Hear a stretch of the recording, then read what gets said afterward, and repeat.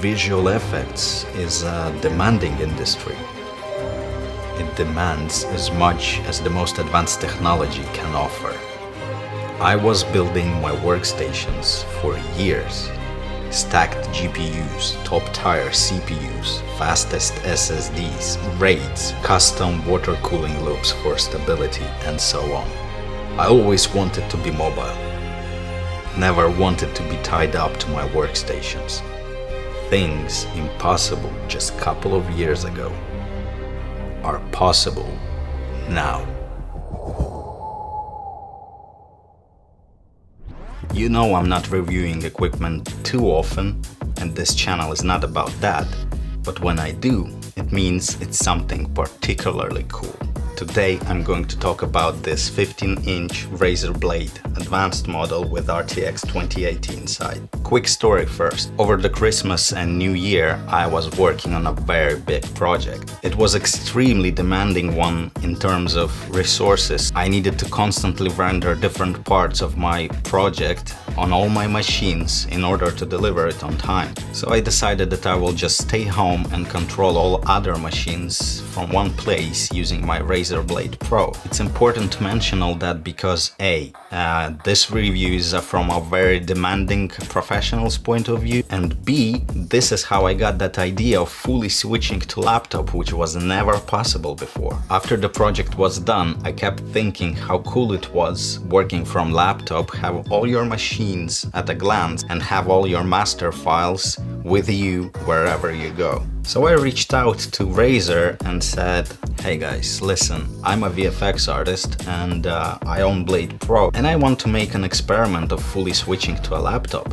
I want to remove all my big machines from the studio and work from a laptop exclusively. Do you have anything smaller than Blade Pro that would meet my needs and that I would be able to carry with me on a daily basis? Because you know, Blade Pro is a massive laptop and it's not the item that you would want to carry around every day. It was a week before CES 2019 and Razer asked me to wait. At CES 2019 they announced 15-inch blades with RTX technology inside. Later Razer kindly sent me a pre-production model right from CES. Since then all my big machines are moved away from the studio in the server room and I use this laptop as my daily driver. So far I created several complex projects on it. I've stress tested it really hard. I almost intentionally wanted to break it, to stress it to the max. First of all, let's have a look at what this laptop replaced. This was my main workstation for several years. Extremely reliable and powerful for any VFX and video production tasks. If you would like to know more, I linked a dedicated video in the corner. So in order to replace that kind of tool, laptop has to meet certain criteria. I'm still using my big workstation as a master in the render farm, so all the softwares I use here are duplicated on that master machine. When I finished my work on the project, actually creating the project on the laptop, it's automatically synced with master render machine over OneDrive, and I can render my final visuals there while I can keep working on other stuff on this laptop. What I mean by main machine. So the main machine is the machine where you create scenes. It's 99% of production pipeline. Modeling, rigging, animating, texturing, lighting, compositing, simulations, caching, all that fun. But I don't need my main machine for final renders, which in my case may run for weeks on my render farm. With this video, I'm not trying to say that this laptop is capable of replacing 20 GPUs. With this video, I'm trying to say that you can get the heart of all your projects, the tool that is powerful enough and reliable to carry all your production tasks and can be with you wherever you go. This is the key for me. Be mobile and have all my work with me. Be able to fire up production on the meetings, presentations and so on. You know, not just PowerPoint presentations, but actually open a 3D software, start live previews, start working on textures, materials with the client. with live feedback and without any technical problems. Also, I was very surprised when I was able to run Houdini simulation, C4D rendering and DaVinci Resolve live playback on a 4K external screen simultaneously. And the laptop didn't even blink. This fact on its own tells a lot for those who know what I'm talking about. Anyways, I've ran several benchmarks on my old workstation and on this laptop in order to compare the productivity. Let's start with Cinebench, as these stats are what will influence your workflow directly. Viewport performance, scenes heavy load, simulations, sketching and all that stuff.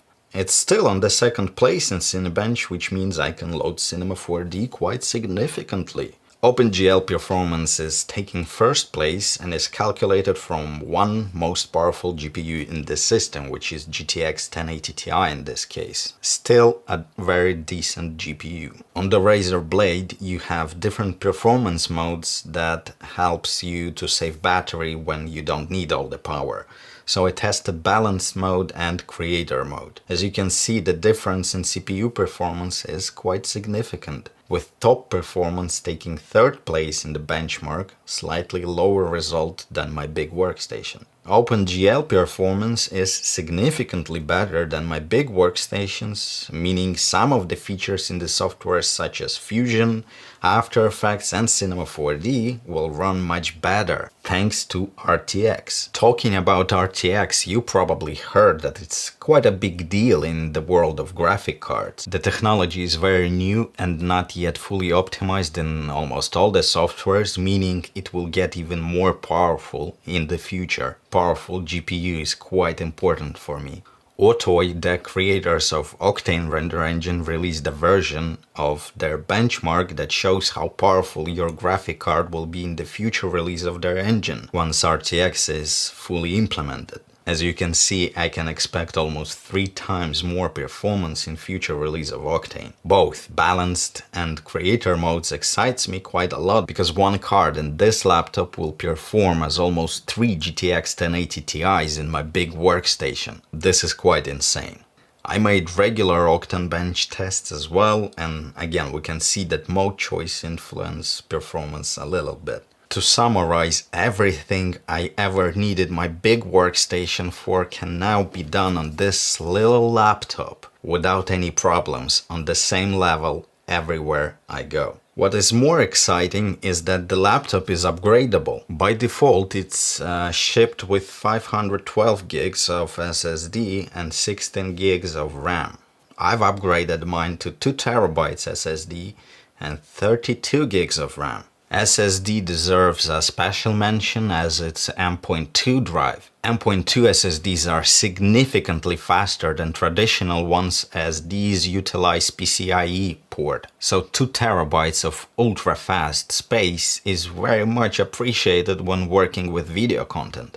Couple of words about the screen. The version I have is a Full HD version with 144 GHz refresh rate. I'm not a gamer, so I don't care about refresh rates as much. What I do care about though are colors. If you've seen my Razer Blade Pro review from last year, you know how frustrated I was about colors on it. This is not the case with this laptop. It comes with accurate colors straight out of the box, covering 100% of sRGB and Adobe RGB. The screen itself is matte, so you won't have any weird reflections or flares. Bluetooth connectivity is outstanding. I have so many devices and peripherals I'm connecting and disconnecting all the time, and I had no problems whatsoever moving from my home space to the studio and back. The laptop remembers all the devices and connects to them automatically when they are in the range and are turned on.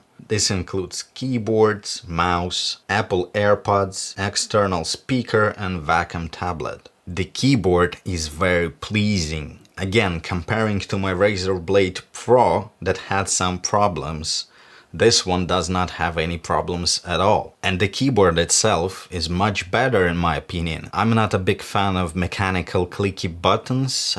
This one is very quiet. Of course, the keyboard is equipped with Razer's famous RGB illumination. I've set all my Razer stuff to just white color, but you can go crazy if that's something you desire, as every single key is customizable. Touchpad is big and very responsive to Windows gesture controls. The ports. All the standard stuff is there. Charging port, 2 USB 3.1 ports and headphone jack on the left side. Mini display, HDMI, another USB 3.1 and Thunderbolt port on the right side. I would love to have Ethernet port and SD card reader though. It's not a massive flaw, but brings certain inconvenience for sure. In the studio I have a small dongle for Ethernet cable, and at home space Ethernet is connected to the Razer Core, which also hosts my external 1080 Ti and feeds my external monitor. So with the Core, all I have to do is plug the Thunderbolt cable to have external screen plus wired internet. I can live with that because I need external card reader for my FS7 anyway, because it utilizes XQD cards. The speakers are really decent, and what I like the most is that they sound good when the laptop is closed. I use the laptop closed on a vertical stand when connected to external screen, so this was a very pleasant surprise. Finally, what made it all possible without glitches in such a small form factor is, of course, clever cooling. I'm not going to pretend I understand the engineering, but the whole surface of the laptop doesn't even get hot while under load. The hot air is efficiently blown out from back vents, and my decision to use laptop on a vertical stand helps a lot. The laptop has a free access to air and plenty of space to blow it out. RTX 2080 inside is Max Q version, which tells you that it's a special version that helps with cooling. As for the regular use cases, Razer equipped the laptop with bigger rubber pads to ensure free air access on almost any surfaces. The positioning of air intakes vents, in my opinion, is not the best one, but it's the same across all Razer laptops. If you want to use the laptop on your knees and would sit comfortably, you will fully block the intake. To justify such a decision though, it's a gaming laptop, and I doubt you would play games or work with a laptop on your knees. It's just uncomfortable. And if you're just browsing internet on a sofa, it doesn't get hot. The battery is enough for whatever I may need battery for. Meetings, presentations, quick work on a plane or a train. I really don't know what battery life should be on a laptop like that, but I believe Razer did their best to provide us with the longest battery life on a laptop of such caliber. Overall, I think this laptop is perfect for anyone who's on the move.